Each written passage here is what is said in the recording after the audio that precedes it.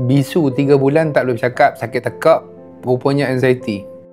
Saya ada pasien seorang lelaki berumur 32 tahun berasal daripada Kuala Lumpur, datang bersama dengan maknya mengadu sakit tekak, pedih tekak, tak boleh telan, sakit telinga kiri sampai ke bahagian tekak.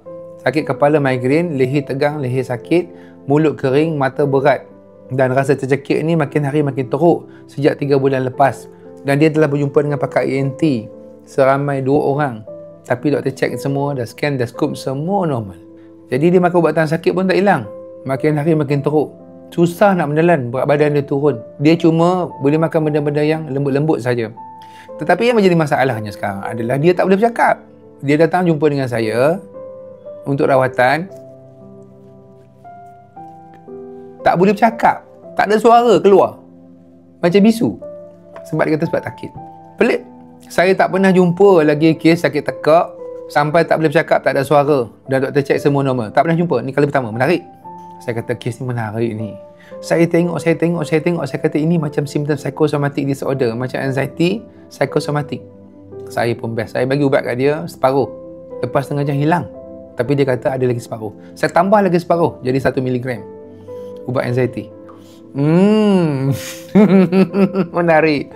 Hilang you all. Dia boleh bercakap. Dia boleh cakap macam biasa. Tapi dia mula-mula takut. Saya kata boleh cakap. Dia kata hilang sakit tekak doktor. Kepala dah tak sakit. Leher dah tak sakit. Belikat semua dah tak sakit. Telinga pun dah tak sakit. Mata pun dah tak kabur. Dia boleh bercakap. Serius, wallahi lillahi. Hampa semua kalau nak dengar suara dia, boleh tengok dekat rakaman live FB saya pada 2 hari bulan 10. Masih ada. Boleh tengok dengar suara dia. Okay?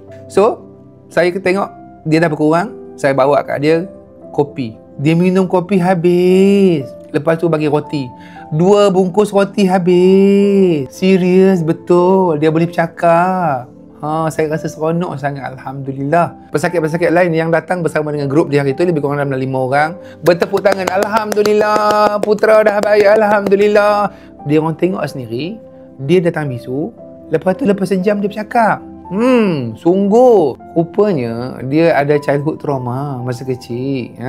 Dia dera, dipukul oleh ayahnya. Tapi sekarang dah baiklah ayahnya. Tapi trauma tu masih kekal dalam kepala dia. Yang terbaru sekali, dia stres pasal kerja. Bila dia kerja, dia ni seorang yang sangat perfectionist.